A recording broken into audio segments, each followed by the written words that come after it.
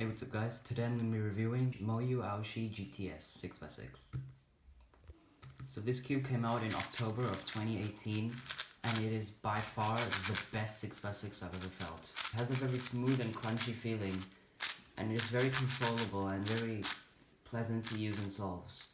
Corner cutting on this cube is not that good, but you don't really need corner cutting in a 6x6 since it's such a big cube, you might risk popping it.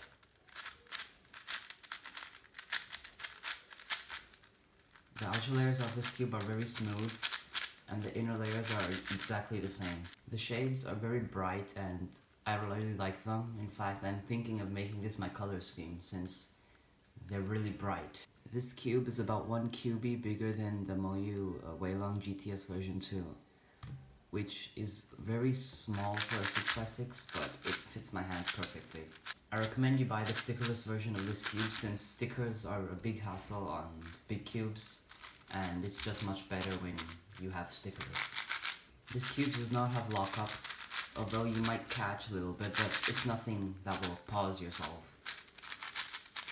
Overall, I would recommend this cube to anyone who wants a good 6x6 and doesn't want to give that much money, because this is actually a pretty okay price for a 6x6.